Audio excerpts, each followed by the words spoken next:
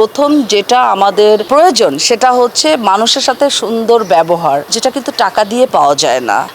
সেটাই আমার সম্বল কিংবা পুঁজি বলতে পারো। আমারও একটি দায়িত্বের আওতায় পড়ে হাসি খুশি ভাবে তোমাদের সবাইকে নিয়ে শান্তিপ্রিয়ভাবে এই নির্বাচনটা অনুষ্ঠিত করার। সেই প্রেক্ষাপটে আমি আসলে এত জলি মাইন্ডের হয়ে সবার সাথে মিলেমিশে কাজ করার মানে প্রতিজ্ঞাবদ্ধ।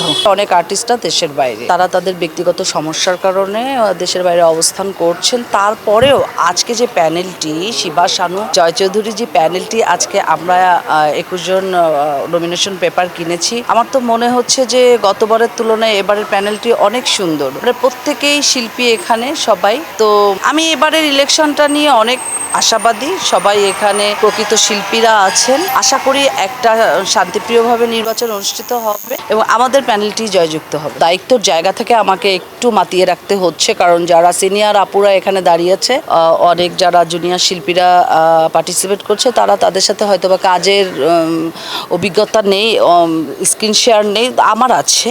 আমি যেমন আলী রাজের সাথে অনেক ছবি করেছি, রোজিনা আপা, তারপরে এখানে সুব্রত দা, যারা যারা আছে এখানে আছে। ম্যাক্সিমাম আর্টিস্টের সাথে আমার একটি দুটি ছবি নয়, অনেকগুলি ছবি। শিবা শানুর সাথে আমার 50-60টা ছবি হবে। তো এজন্য কাজের যখন জায়গাটায় খুব কাছাকাছি পৌঁছানো যায় কাজ দিয়ে, সেজন্য আমার হৃদ্রতাটা কিংবা বন্ধুত্বপূর্ণ সম্পর্কটা তাদের সাথে বেশি। তো এটা আমার দায়িত্বের আওতায় পড়ে তাদেরকে মাতিয়ে রাখা।